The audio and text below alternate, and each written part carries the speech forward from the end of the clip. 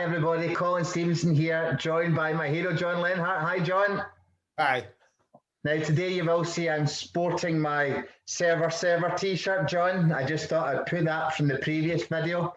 Now, today we are going to talk about how to really get into flow, or what it takes for us really to get into flow. Because you're a really guy, I'm a really guy. We like to really get into things. So, John, take it away. Tell us, and let's start on this journey. Right. So this video is going to give away a huge secret or insight that nobody who's an expert in flow understands. So when you see these other experts share off of this video, you'll know where it all came from.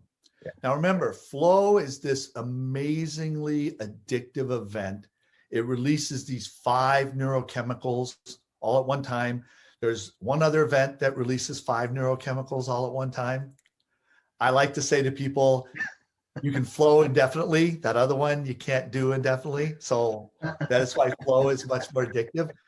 And the key to getting into flow involves conjunctives. So this is another reason why other companies can't help you really get into flow, because they can't explain a conjunctive. We did a video explaining a conjunctive is this overlapping circles where you have freedom and one limitation, and you need to have both at the same time. Flow is 3 conjunctives, and the conjunctives are focus, challenge, and confidence. And what that means is when you have the right amount of focus, the right amount of challenge, and the right amount of confidence, you will always flow. If you have too much or too little of any one of those 3, you will be out of flow. Yeah. So when you hear people say, and this is a little conjunctive review, when you hear people say, well, it's important to do this, but not too much, they're talking about a conjunctive. They don't realize it. And like we said in the conjunctive video, all of life's biggest issues can be explained with a conjunctive. The only way to explain flow is with a conjunctive. Love that. So what you're talking about there, about the 3 overlapping circles, this is very similar to the 4 for Ikigai, as we've spoken about when they all come in. So this overlap here, when you say you get too much focus, if you focus too much, that knocks you out of flow. If there are too many challenges, you then have to focus more to try and overcome the challenges, which throws you out of flow. And I do believe that when people put too much focus on anything, that they're unable to flow. And we've spoken about it before, where the football player focusing too much on what they're going to do with the ball when it comes down at their feet or their hands, what they're going to do with it, they then lose. They lose that. So it's totally within the realms of keeping everything in balance then, isn't it? Right. So the thing is that with that focus, if you focus too much and you don't let go and give up control, you're not going to do that toggle or that flow. This is 3 sets of overlapping circles. So the circle overlaps, then there's another set, 3 sets of them. So the first set is focus, like you said. You have to be down to 1 thought. You can't be at 0 thoughts, and you can't have more than 1 thought. So notice there's 2 ways to get into this conjunctive. You can have a lot of thoughts and get down to 1 thought, or you can have no thoughts and you get up to 1 thought. So there's 2 ways in to this focus conjunctive. And I'll give you an example. Mindfulness. Yeah. People who have a lot of thoughts, they get down to 1 thought, they're getting in that conjunctive. That's why mindfulness and meditation works. However, and we've said this, and I've said to people, what kind of mindfulness are you practicing? There is a mindfulness that works for a while and doesn't work, and that's 0 thought mindfulness. If somebody's teaching you how to get down to 0 thoughts, what's going to happen is you'll have a bunch of thoughts and you'll get down to 1 thought and it'll work. And then you'll push through the conjunctive to 0 thoughts and it will stop working. There's a very famous person who wrote a book that, because he helped Kobe Bryant and Michael Jordan get into flow. And he used to help them meditate beforehand. And he helped all these people. And then he went away for a couple of years and really learned how to do meditation down to 0 thoughts. And he came back and he's not helping all these people. So understanding mindfulness was getting you down from a bunch to 1. So I'll give you a story. I was teaching a class, this is like 7, 8 years ago, on flow. And there was a guy there who was what you're talking about. Too many thoughts. He's trying to focus on too many things. And when I explained this flow, he said, I have had only one experience in my life where everything slowed down. Because remember, in a previous video, we talked about flow is that temporal distortion, everything slowed down. He goes, I've only experienced that once in my life. He goes, I was in a car behind another car at a red light, just waiting, foot on the brake. He goes, the light turned green, the car moved forward, and this motorcycle came out of nowhere, hit that car in the front. And he goes, and the guy flew off the motorcycle. And he goes, as that guy flew, everything slowed down.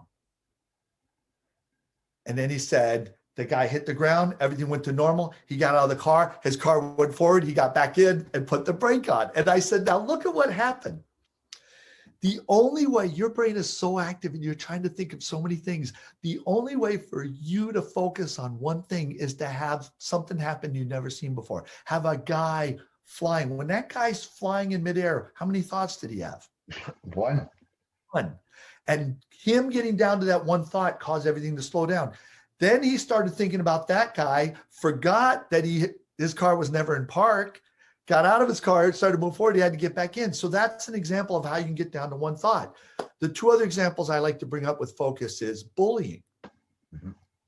Bullying takes people out of focus. If I'm worried about what this person's going to say while I'm doing this, it kills flow. When I coach teams, whether it's professional teams or whether it's athletic teams, this is why you don't want to have any bullying. If you allow bullying in the workplace, if you allow bullying on your team, you're taking your players and your employees out of flow. A lot of people talk about, the final thing is a stoicism. And somebody wrote me about 5 years ago, stoicism was the big way of life. And there were professional athletes in the United States reading these books on stoicism. And some said it helped them flow. Yeah. Stoicism is not a way of life. It's not a truth, and it doesn't apply in all cases. And when I ask people, how does stoicism handle this situation?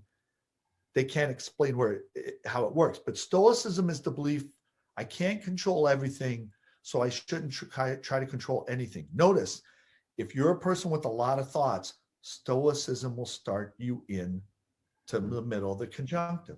So when I look at organizations, because I help organizations flow. Yep.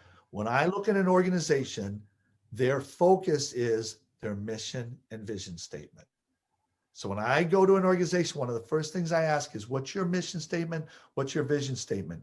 Because that will tell me if this organization knows how to flow or how to focus or not. Yeah.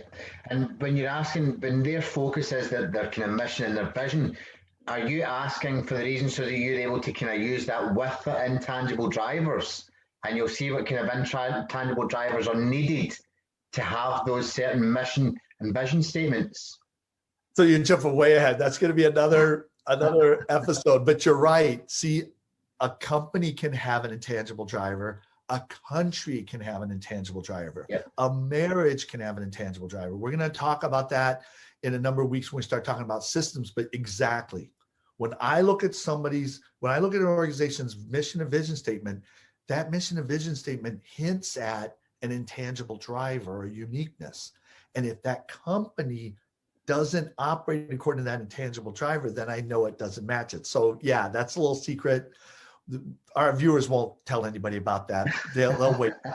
So no, you jumped right ahead. So that's a good point. So the second set of circles is challenge. So if you think about it, you can't have something that's too challenging where you feel overwhelmed, and you can't have something that's way too easy. I am not going to flow drinking water. I'm not going to flow doing that. What was the challenge in doing that? So you can't flow unless there's some tension and some challenge. And that's one of the issues, is you have to have a certain level of tension. So this challenge conjunctive is where we get the right amount of tension. That's what we're looking for. How much tension do you get? In athletic contests, the upsets. One team goes, oh, they're easy. And the other team goes, maybe we have a shot. And all of a sudden there's this big upset. it's because that team didn't have any tension. They said, Yep. oh, it's going to be easy. I don't need to do that. One of the ways that teams, when they get, or in organizations, when they get off track, is if one of the players in the organization or the team says, I guarantee a win, or nobody believes in us. Because what they've done is they've created this challenge of, let's show them. Let's show them we're awesome. And so that's one of the ways, and there's a phenomenon that people talk about with the nobody believes in us. As soon as a team starts this no one believes in us, they go on a winning streak.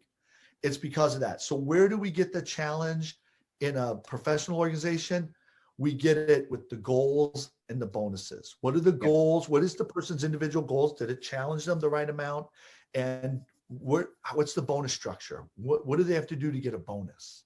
Yeah. So again, what they're looking for as their bonus would be, again, down to the intangible drivers and who they are and what the bonus is as well. And again, we'll go into that with the systems.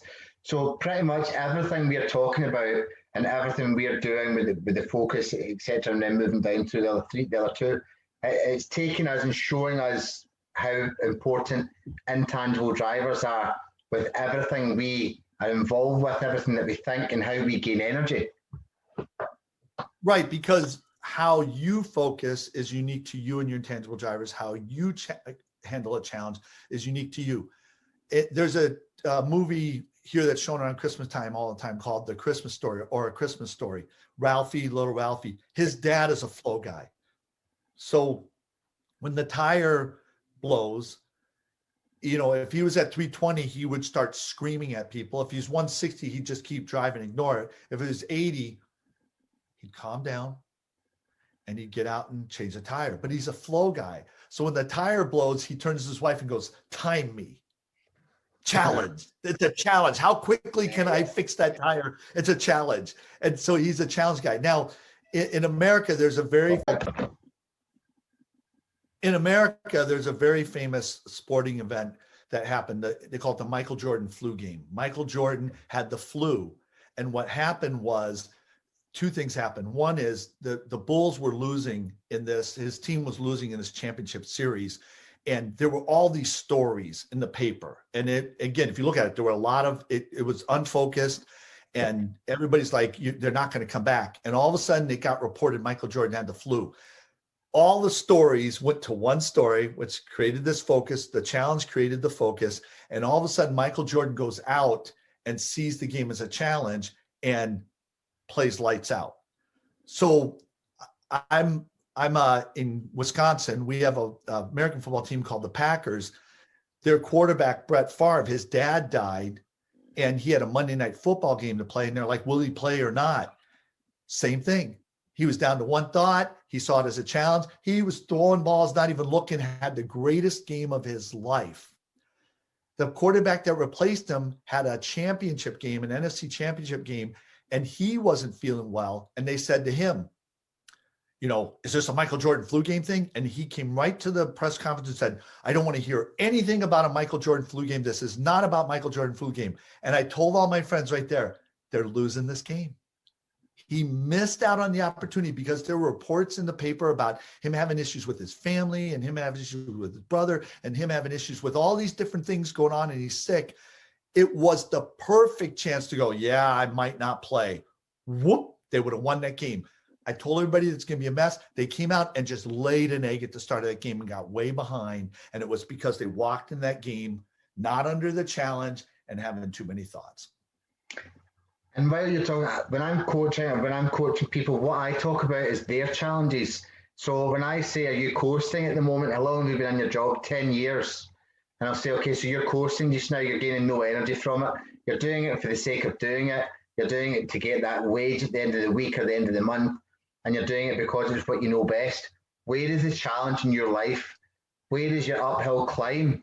Well, I've never even thought about that before. Exactly, become complacent. And this is the point where complacency does allow you to lose. Complacency does allow you to not push forward and grow and gain energy. And it's very much similar to that story. And it's like, if you go along kind of this line, you're never going to go up the way. There's never going to be any adventure. So you're just You know, you're just being. It's not. And I feel that that's the same when it comes to the kind of football games that you're talking about. When they're not able to kind of go into certain, games with thinking about the uphill, they'll try harder, but they'll do it in a case of one thought, trying harder. Challenge is where the tension comes from. You need to have tension. You need to grow in your ability to handle tension. And so when I see people, like when you told that story, my first thought was, this guy doesn't want any tension. So then he's preventing himself from flowing. We need to have tension in order to flow. That's why when you think about it, the guy who says he's the flow expert in the world, but he's doing it all through experience, years ago, he said, the way to flow is do something that could kill you or seriously injure you if you don't do it well. Challenge, you'll focus, and then you'll do but you're not going to try anything that you don't have confidence in. Yeah, so if you look at it, confidence is our third one, but you got to have tension to flow. You have to have tension. When people think the solution to life is to avoid tension, they are preventing flow and they're preventing their growth. The last one, like I said, is confidence. You need to have the right amount of confidence. You can't be overconfident and you can't be underconfident. And again, I'm here in Wisconsin. The Green Bay Packers had a famous coach, Vince Lombardi, and there's a famous story told about him. And he was a psychology guy. And this is really why he was so good at this. Because remember, if you think about the conjunctive, you have to be able to push people back into the conjunctive if they're overconfident, and you got to push people back in if they're underconfident. So what happens is they're on this, they're on this winning streak.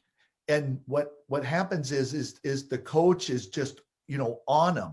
And they like the third or fourth game they win, they shut out their opponent.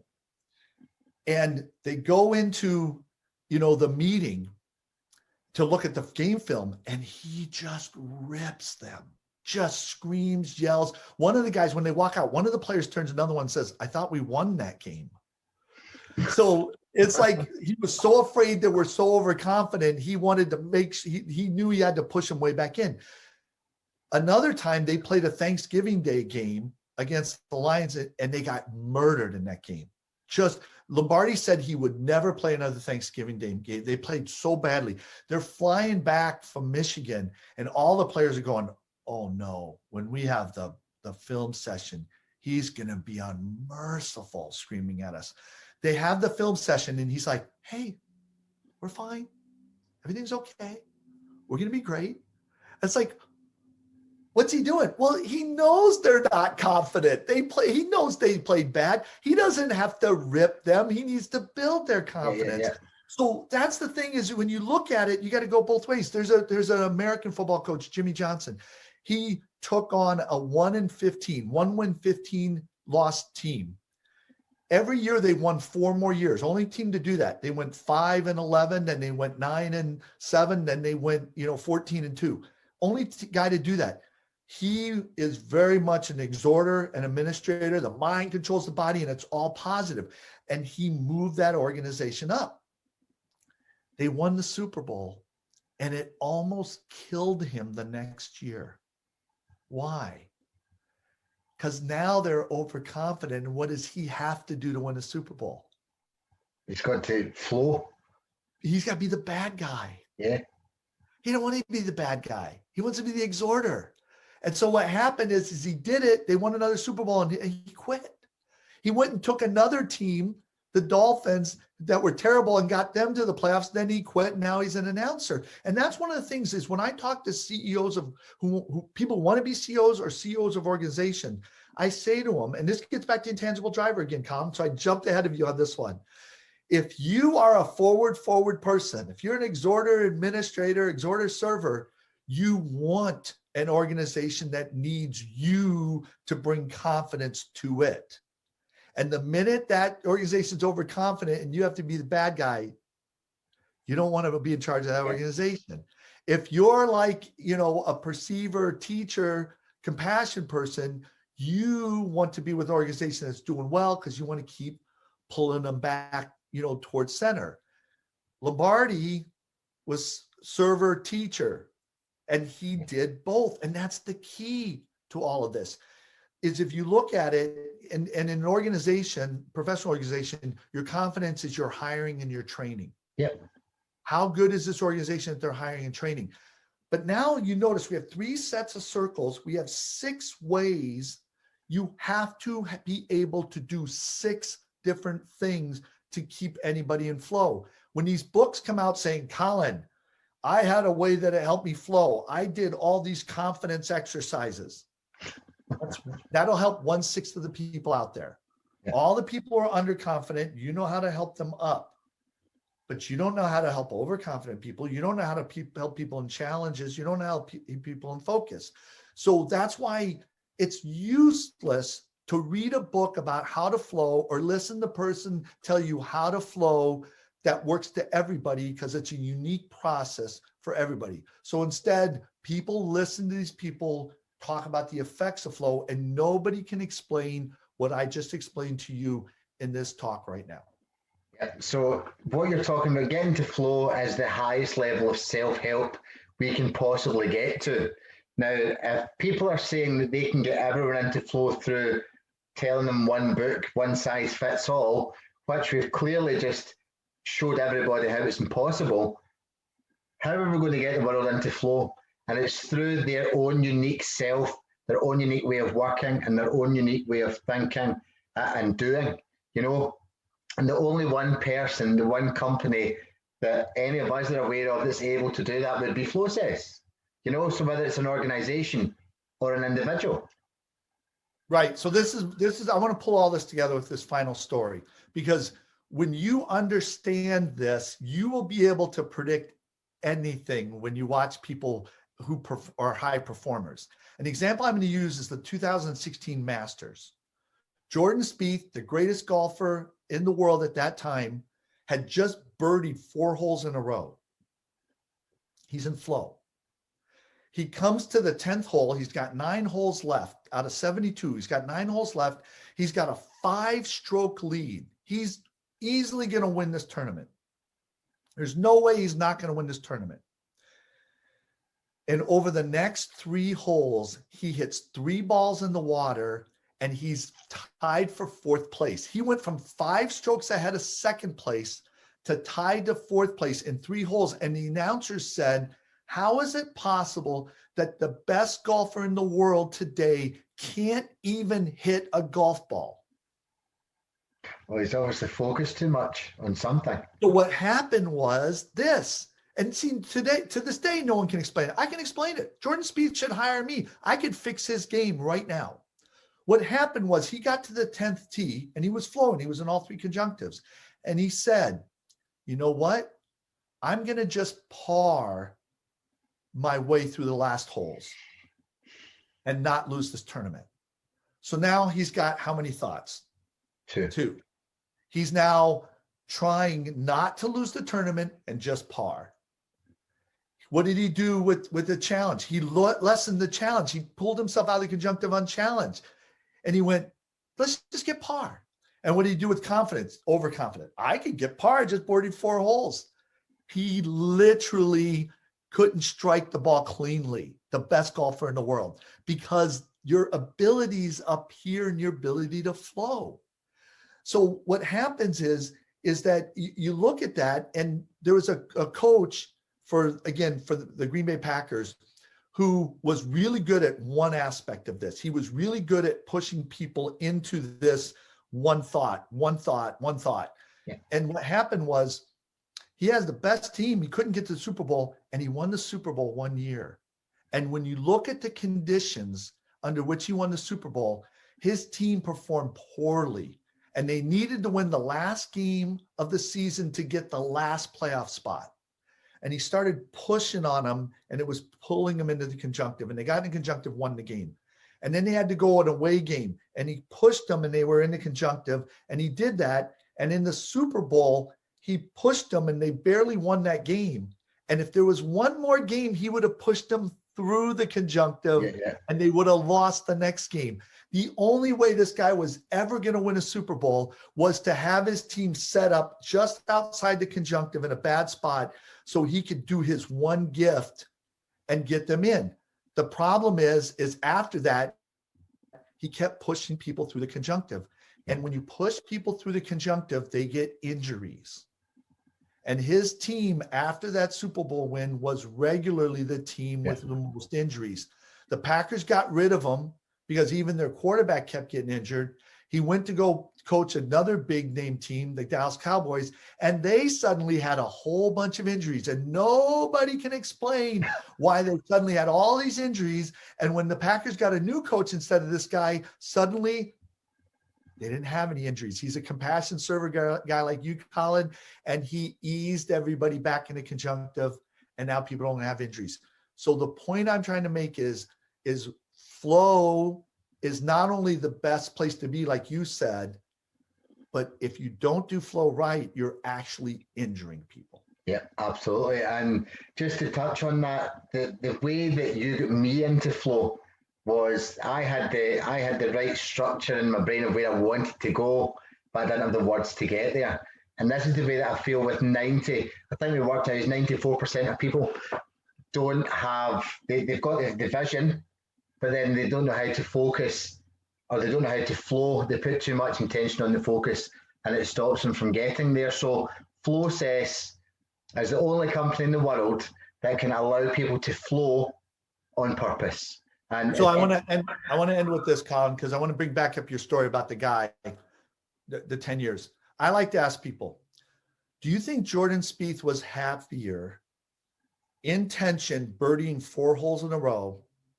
or no tension and hitting the balls in the water and losing the tournament? It's obviously it's better the tension.